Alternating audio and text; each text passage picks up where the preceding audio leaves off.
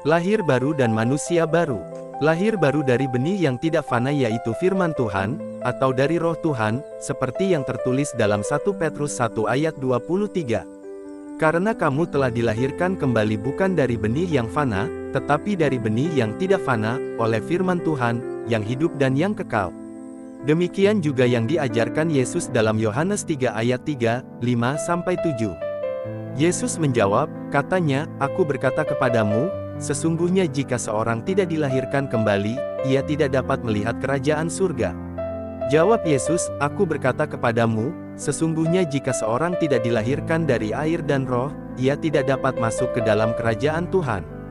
Apa yang dilahirkan dari daging, adalah daging, dan apa yang dilahirkan dari roh, adalah roh.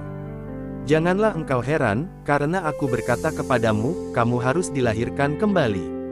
Lahir baru ini adalah awal dari perjalanan rohaniah bersama Yesus Kristus. Kemudian setelah terlahir baru itu, manusia lama tentunya harus ditanggalkan dan ditinggalkan, selanjutnya akan segera menjadi manusia baru, yang akan diperbaharui terus-menerus oleh kebenaran firman Tuhan seperti yang tercatat dalam Kolose 3 ayat 9-10.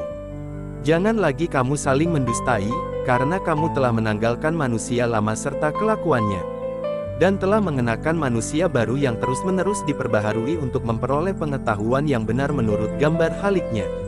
Inilah pertumbuhan rohani menuju kepada kedewasaan rohani dalam kehidupan bersama Kristus. Dalam Ibrani 5 ayat 13-14 mengatakan, "Sebab barang siapa masih memerlukan susu ia tidak memahami ajaran tentang kebenaran, sebab ia adalah anak kecil. Tetapi makanan keras adalah untuk orang-orang dewasa, yang karena mempunyai panca indera yang terlatih untuk membedakan yang baik daripada yang jahat. Dan semuanya itu tidak mudah dijalani, karena perjuangan menuju kepada kedewasaan rohani adalah perjuangan yang bukan melawan sesama manusia tetapi melawan berbagai kuasa yang berusaha menghambat pertumbuhan rohani bersama Yesus Kristus." Ini pun sudah diingatkan di dalam Efesus 6 ayat 10-12. "Akhirnya, hendaklah kamu kuat di dalam Tuhan, di dalam kekuatan kuasa-Nya. Kenakanlah seluruh perlengkapan senjata Tuhan, supaya kamu dapat bertahan melawan tipu muslihat iblis. Karena perjuangan kita bukanlah melawan darah dan daging, tetapi melawan pemerintah-pemerintah, melawan penguasa-penguasa, melawan penghulu-penghulu dunia yang gelap ini, melawan roh-roh jahat di udara." Perlu disadari, tidak semua orang percaya hanya berhenti pada lahir barunya saja, tetapi harus menindaklanjuti dari lahir baru yaitu tanggalkan kehidupan lama yang berwatak buruk.